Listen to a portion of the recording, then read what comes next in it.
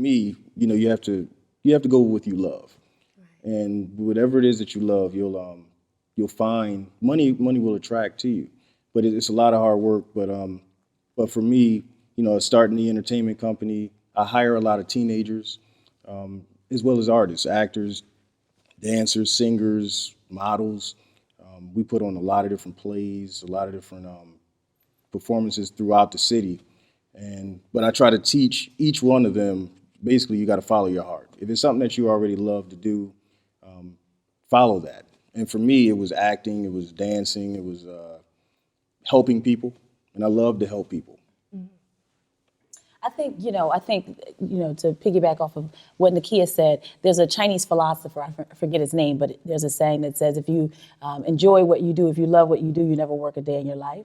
And that is so, so true. And it kind of is in direct conflict with the jack of all trades, masters of none. I don't believe that. I believe that you can have a passion for many, many things, but developing your passion into a viable business is where you becoming a businessman or woman comes in, because you have to now figure out how you can bring these passions together and how you monetize them. That does take some, strategic business, management. And so that's kind of what I've done in over my 17-year career in media, is that you create amazing relationships, and relationships are your net worth, and your net worth is bigger as long as you can create a bigger network. Does that make sense? That does make sense.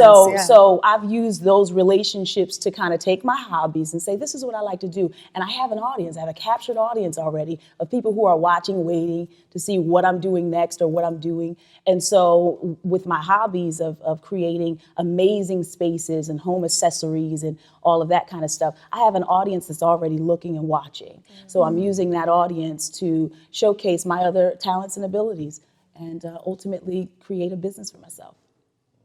I think that everything comes with drive. I feel like a lot of people try to do things that they're passionate about, but they kind of have tunnel vision in a sense. And I feel like you have to break through that tunnel and go with what your dreams are of doing. If your dreams are owning a fashion label or owning your own business, you just pretty much have to take that and run with it. Because my philosophy is you only live once, and why not see what your talents have to offer out there? So. Absolutely, it's uncomfortable. What's uncomfortable? Entrepreneurship is uncomfortable because it's not easy. And the first day you decide I'm going to create, my own company and do my own thing, the money just doesn't start flowing in on that day. However, Pico's still knocking. You see what I'm saying? So you better preach. Absolutely. So me having been, I'm separated from an employer situation where I'm not getting a weekly check. So every dime, everything that I get is what I wake up and create for myself. So it's rewarding when when your efforts start to pay off, but it's hard. And it is lonely because sometimes the phone calls, the people that you do call that you expect to answer may not answer. But and you'll get more no's than you'll get yeses. But if you have to believe in what you're doing, what you're selling, commit yourself to it, know everything about it, be the expert in whatever it is that you are selling. And then everybody else will kind of buy into that. So it's kind of about, you have to make sure you're really dedicated to what you want to do. You can't go in there wishy-washy and say, maybe, maybe not. And, you got to go full force with it. Absolutely. All right, thank you. We're going to...